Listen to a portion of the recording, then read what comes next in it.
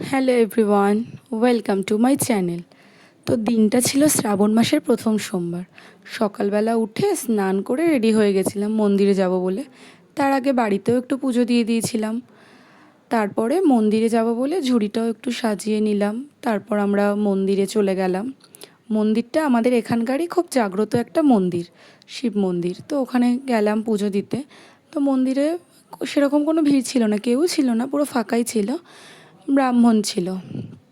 তো ব্রাহ্মণকে বলে ব্রাহ্মণ মন্ত্র পড়ছিল, আমি জল ঢালছিলাম। তো ওনাকে আমি জিজ্ঞাসা করে নিলাম কী করব। উনি বলল যে প্রথমে জলটা ঢেলে দাও, তারপরে ফুলটা দিয়ে দাও, ফুল দাও, কাটা দাও, তারপরে ফলগুলো দিয়ে দাও। তো আমিও ফুলটা মালাটা পরিয়ে ফলগুলো দিলাম। তারপরে আমি ওই বাতাসা নিয়ে গেছিলাম, বাতাসাটাও দিয়ে দিলাম একে একে। তারপর উনি বলল যে ধূপকাঠি মোমবাতিটা ধরিয়ে দেখিয়ে বাইরে দিতে, কারণ এই মন্দিরের ভেতরে দিতেন, আগুনের ব্যাপার তো, তো তাই জন্য আমি ধূপকাঠি মোমবাতিটা ধরিয়ে দেখিয়ে আমি ওটা বাইরে দিয়ে দিলাম। তো এইভাবেই পুজোটা খুব ভালো মতো শান্তিতেই দিয়েছিলাম। তো এইভাবেই আমার দিনটা কাটলো। হর হর মহাদেব।